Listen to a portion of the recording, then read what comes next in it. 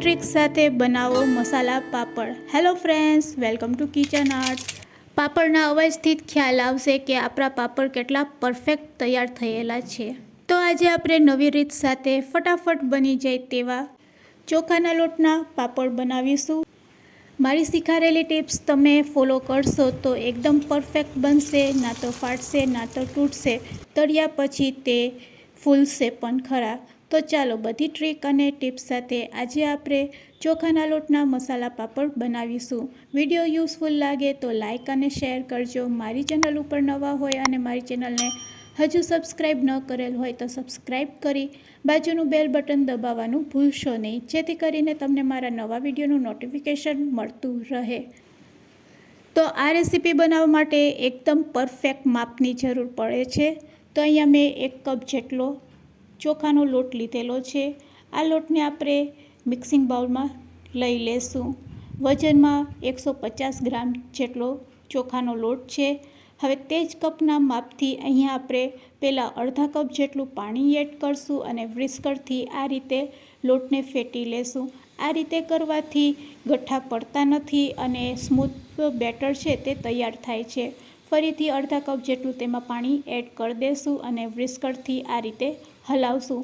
તો આ રીતે કરીને આપણે એક બેટર તૈયાર કરવાનું છે અને સ્મૂથ બેટર તૈયાર કરીશું। તો ફરીથી હજુ આપણે તેમાં 1 કપ જેટલું પાણી એડ કરશું। એકસાથે પાણી એડ નથી કરવાનું, એ વાતનું ખાસ ધ્યાન રાખવાનું છે।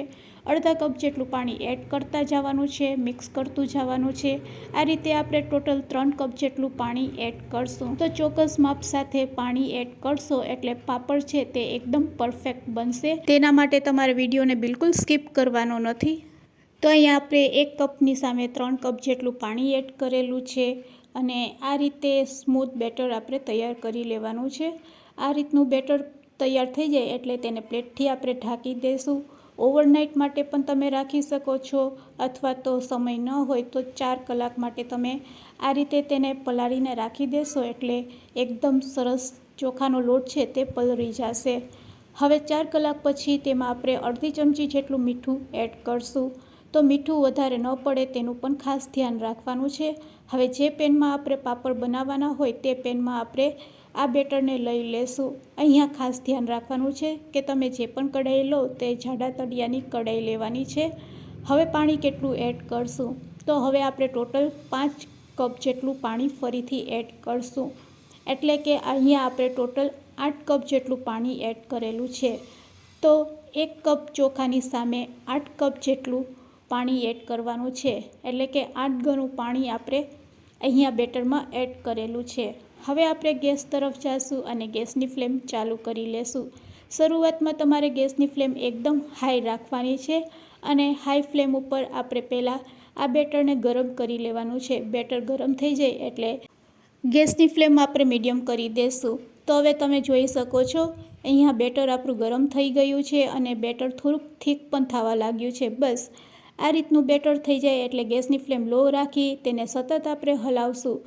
જેમ જેમ આપણે બેટરને હલાવશું તેમ તેમ ઘટ થશે। સતત હલાવવાથી તળિયે ચોંટશે નહીં અને તળિયે ચોંટશે તો ગઠ્ઠા પડશે, એવું ન થાય એટલે આપણે સતત સ્પેચ્યુલા અથવા તો તવેથાથી આ બેટરને હલાવવાનું છે। મીડિયમ ફ્લેમ ઉપર રાખીને જ આપણે તેને પકાવીશું। તો હવે તમે જોઈ શકો છો આવું ઘટ બેટર થઈ જાય એટલે આપણે લીડથી તેને ઢાંકશું, ફરીથી હલાવશું।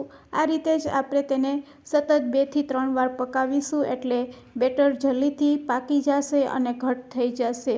તો આ પ્રોસેસ કરવા માટે આપણે 15 મિનિટ લાગેલી છે અને 15 મિનિટમાં તમે જોઈ શકો છો કે આપણું બેટર છે એ કેટલું થીક થઈ ગયું છે। હજુ આપણે 5 મિનિટ આ પ્રોસેસથી તેને પકાવીશું। 5 મિનિટ પછી હવે આપણે ચેક કરીશું। આમ તો 20 મિનિટમાં આપણું ખીચું તૈયાર થઈ જાય છે અને આ ખીચાને ચેક કરવા માટે મારી પાસે 2 રીત છે। એક તો આ રીતે સ્પેચ્યુલાથી ચેક કરી લેવાનું, હળવાથી તે પડે તો સમજવાનું કે ખીચું તૈયાર છે। અને સેકન્ડ રીત છે કે કઢાઈમાં આ રીતે ચોટેલી પાપડી તૈયાર થશે। તો આ 2 રીતથી તમને ખ્યાલ આવી જશે કે આપણું ખીચું છે તે પાપડ માટે તૈયાર છે। ગેસની ફ્લેમ બંધ કરી દેશું। હવે તેમાં ચીલી ફ્લેક્સનો ભૂકો અડધી ચમચી અને અડધી ચમચી અહીંયા આપણે શેકેલું જીરું એડ કરશું। તો અહીંયા મસાલા પાપડ બનાવી રહ્યા છે તો બંને વસ્તુ આપણે એડ કરશું। મસાલા પાપડ તૈયાર ન કરવા હોય તો સાદા પાપડ પણ તમે આ રીતે તૈયાર કરી શકો છો. સાદા પાપડ એકદમ સફેદ દૂધ જેવા તૈયાર થશે જ્યારે તમે આ રીતે બનાવશો. થોડીક વાર માટે લીડથી ઢાંકીને ફરીથી આપણે સ્પેચ્યુલાથી એક વખત હલાવી લેશું. આ રીતે કરવાથી બેટર વધારે ઘટ બને છે. તો તમે જોઈ શકો છો પહેલાં કરતાં બેટર છે એ થીક થઈ ગયું છે. બસ હવે 3 ચમચા જેટલું ખીચું આપણે એક બાઉલમાં કાઢી લેશું અને બાકીના ખીચાને આપણે લીડથી ઢાંકી દેશું. હવે આપણે પાપડ બનાવવા માટે શું કરીશું તો તેના માટે આપણે પ્લાસ્ટિકની શીટ લેશું અને પ્લાસ્ટિકની શીટને આપણે તેલથી ગ્રીસ કરી લેવાની છે. પ્લાસ્ટિકની શીટને તેલથી ગ્રીસ કર્યા પછી 1 ચમચી જેટલું અહીંયા આપણે ખીચું લેશું અને ચમચીથી જ તેને આ રીતે સ્પ્રેડ કરશું. બેટર બનાવ્યા પછી ફટાફટ આ પાપડ આ રીતે તૈયાર કરી શકો છો. 10 મિનિટમાં તો તમે 100 જેટલા પાપડ બનાવીને રેડી કરી લેશો. તો એકદમ ફટાફટ આ રીતે પાપડ બનીને તૈયાર થાય છે. અને હા, પાપડ થોડાક જાડા રાખવાના છે કારણ કે સુકાયા પછી તે એકદમ આછા થઈ જાય છે. તો બેટરમાંથી આપણે આ રીતે 1 ચમચી જેટલું બેટર લઈને મીડિયમ સાઇઝના જ પાપડ તૈયાર કરીશું અને તેને સૂકવવા દેશું. 2 દિવસમાં તે સરસ સુકાઈ જાય છે. તડકાની પણ જરૂર નહીં પડશે. પંખા નીચે તમે આ રીતે સૂકવશો એટલે 2 દિવસમાં એકદમ આછા અને પારદર્શક પાપડ તૈયાર થઈ જશે. તો ચોખાના મસાલા પાપડ અહીંયા તૈયાર છે. તમે જોઈ શકો છો એક પણ પાપડ ના તો ફાટ્યો છે ના તો તૂટ્યો છે. હા, 1-2 પાપડમાં ક્રેક પડશે પણ બાકી બધા પાપડ આપણે એકદમ પરફેક્ટ જ તૈયાર થયા છે. તો તમારે પણ જો આ રીતે પરફેક્ટ પાપડ બનાવવા હોય તો મારી શીખવાડેલી નાની નાની બાબતનું ખાસ ધ્યાન રાખજો. ગેસની ફ્લેમ હાઈ રાખીને જો તમે ખીચું પકાવશો અને ખીચું આવું એકદમ ઘટ થઈ જશે તો સુકાયા પછી પાપડ તૂટી જશે. તો આવું ન થાય તેના માટે 1 કપ ચોખાના લોટમાં 8 ગણું પાણી નાખવાનું છે અને લો ફ્લેમ ઉપર જ તેને પકાવવાનું છે. અને 20 મિનિટ પછી આવું થીક થઈ જાય એટલે ગેસની ફ્લેમ બંધ કરી દેવાની છે. અને સુકાયા પછી તમારા પાપડમાં ના તો ક્રેક પડશે અને બધા પાપડ એકદમ સરસ આ રીતના પારદર્શક પાપડ તૈયાર થશે. તો ચોખાના મસાલા પાપડ તૈયાર છે. ચાલો હવે હું તમને ફ્રાય કરીને પણ બતાવું છું કે ફ્રાય કર્યા પછી આ પાપડ કેટલા ફૂલે છે. તો તમે જોઈ શકો છો અહીંયા તેલમાં તળ્યા પછી પાપડ એકદમ સરસ ફૂલે છે. તો ફ્રેન્ડ્સ, આજની શીખવાડેલી આ ટિપ્સ તમને કેવી લાગી તે મને કમેન્ટ્સમાં જરૂરથી કહેજો. મારી શીખવાડેલી ટિપ્સ તમને સારી લાગી હોય તો તમારા ફ્રેન્ડ્સ, મિત્ર અને ગ્રુપમાં શેર કરવાનું ભૂલશો નહીં. અને હા, વિડીયોને એન્ડ સુધી જોયો હોય તો એક લાઇક જરૂરથી આપજો અને મારી ચેનલને હજુ સબસ્ક્રાઈબ ન કરેલું હોય તો સબસ્ક્રાઈબ પણ જરૂરથી કરી લેજો. Thanks for watching. ચાલો હવે હું ચાખીને પણ બતાવું છું કે આ પાપડ કેવા તૈયાર થયા છે.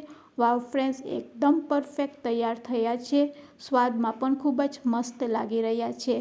Thanks for watching. ફરી મળીશું એક નવી રેસિપી સાથે.